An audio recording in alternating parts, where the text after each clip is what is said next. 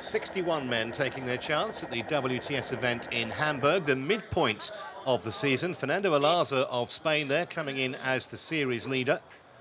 Mario Mola, who missed the previous event in Leeds, but always a threat here. And Richard Murray, controversially disqualified 12 months ago on this course, but always a big threat at the sprint distance. It was the maximum field here in northern Germany. Javier Gomez on the left of your screen, the 5-time world champion among the field, although sprint racing not considered to be his greatest strength. And early on, the running was made by Matthew Hauser of Australia. Phenomenal performance from the Aussie, who was soon 10 seconds clear of the rest. You can see the problems around those boys. A big field and only a 750-metre swim, of course. This is a sprint event as opposed to the Olympic distance. They really get up close and personal in this Hamburg event. Around 250,000 on the streets, and they were all cheering Hauser first out the water in a ridiculous time, really, of 8 minutes 33 seconds. Some big names in behind him, though. The likes of Ben Canute, João Silva, Thomas Bishop, the young Briton. And out onto the run, it was soon clear that no group was able to break away. There was real drama, though, as they came into transition for the first time at the end of their first lap. Towards the back of your picture, a really nasty-looking crash, a concertina effect. 3 men down, including Alaza. Pevsov and Pierre Lecour from France, the other two involved.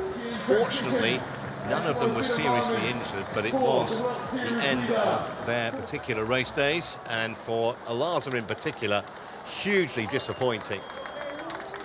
Came in with a near 700-point lead, the frustration clear for all to see. A bang on the elbow and a problem with his knee, but as I say, not serious. And back out on the course, his fellow countryman Mario Mola, wearing number 2 there. He was safely in that leading group, along with the likes of Richard Murray and Javier Gomez. And as they came to take the bell on the bikes, it was obvious there wasn't going to be a breakaway. So as they prepared to get out of the shoes, have to be very careful in transition with so many men. Fortunately, no one had a problem. No time penalties either. Mola quickly into his running shoes, off with the helmet. And the man who had run 13:55 a couple of years ago here, a quite phenomenal time over 5,000 metres, was soon at the front alongside the Australian Jacob Birtwistle. Fernando Alaza keeping up with the action on his mobile phone. Mola was soon away and clear. Gomez and Sissons at that point having a battle for second and third. Birtwistle at that stage appeared to be struggling. This was classic Mario Mola, quite brilliant performance from him. Sissons looked to have the edge over Gomez, but both were way behind the leader. And then Birtwistle came again to go past Sissons into the silver medal position. No danger at all, though, for Mario Mola, high-fiving the crowd. The first man ever to defend his title here in Hamburg.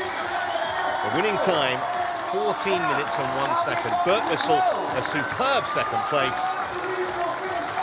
And Ryan Sissons, the first time the 29-year-old Kiwi had ever got onto a WTS podium. That was your 1-2-3. 12 seconds, the winning margin. Gomez ended up back in 5th. Vansalou with a good finish to come 4th. But Mola, the star here in Hamburg.